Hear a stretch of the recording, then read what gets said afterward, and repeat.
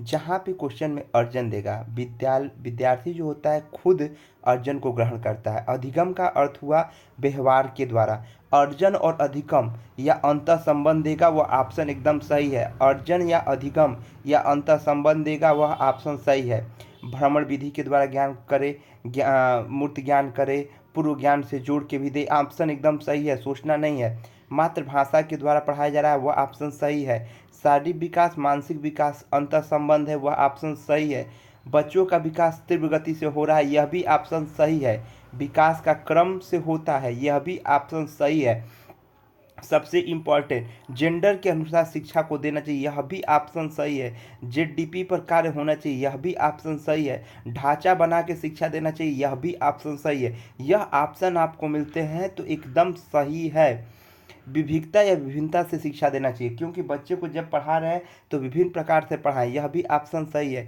सोच क्षमता के अनुसार ज्ञान देना चाहिए, यह भी ऑप्शन एकदम सही है।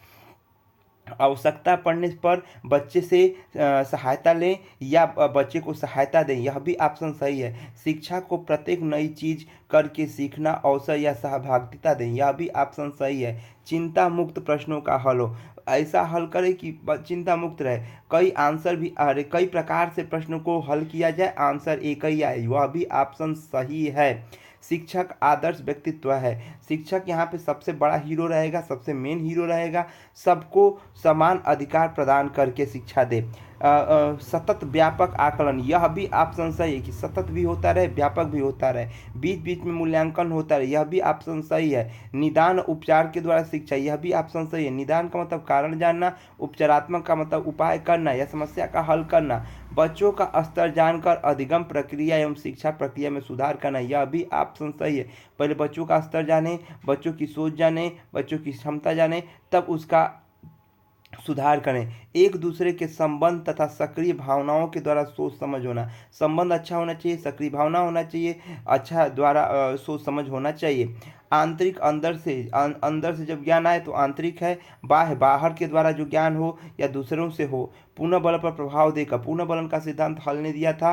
पुनः बलन का मतलब यह हुआ कि उसको फिर से विचार करके या फिर से विस्तार करके उसको शिक्षा दिया जाए। अब सारी चिंतन, अपार सोच, उसके पास खूब अपार सोच हो, खूब भंडार सोच हो, इतना बस समझिए। सृजनात्मकता हो तो वह एकदम सही होगा। अभी सारी सामान्य सोच हो, बस उतना ही सोचो, सामान्य व्यक्तित्व वाला सोचो। तो जहाँ पे आए कि समान रूप से पढ़ा रहा है, यह भी सही है। अपार रूप से पढ़ा रहा है, यह भी सही है। सृजनात्मकता रूप से पढ़ा रहा है, यह भी सही है। सुनना पढ़ना गृहात्मक है, बोलना लिखना अभिज्ञात्मक है। जहाँ पे सुनना हो और पढ़ना हो वह ज्ञान को ग्रहण करेगा, अब बोलना लिखना हो तो अभिव्यक्त करेगा। सुनना पढ़ना बोलना लिखना अंतर संबंध है, यह भी सही है। भाषा कौशल अंतर संबंध है, यह भी सही है। भाषा कौशल क्रम में सीखा जाएगा, यह भी ऑप्शन सही है। पढ़ना कौशल सर्वाधिक महत्वपूर्ण है, यह भी ऑप्शन सही है, क्योंकि सबसे ज़्यादा पढ़ने पर बल दिया जाता है। जब पढ़ने आ जाएगा तो लिखने तो अपने आप ही आ जाएगा। प्रिंट समृद्धि का माहौल, प्रिंट समृद्धि का मतलब क्या है कि दीवार पर चित्र चिपकाकर या प्रिंट चिपकाकर बच्चों को बताया जाए। किसान का प्रिंट चिपकाया जाए, क्रिकेट का चिपकाया जाए, हर चीज़ का चित्र चिपका के उसको समझाने का प्रयास किया जाए।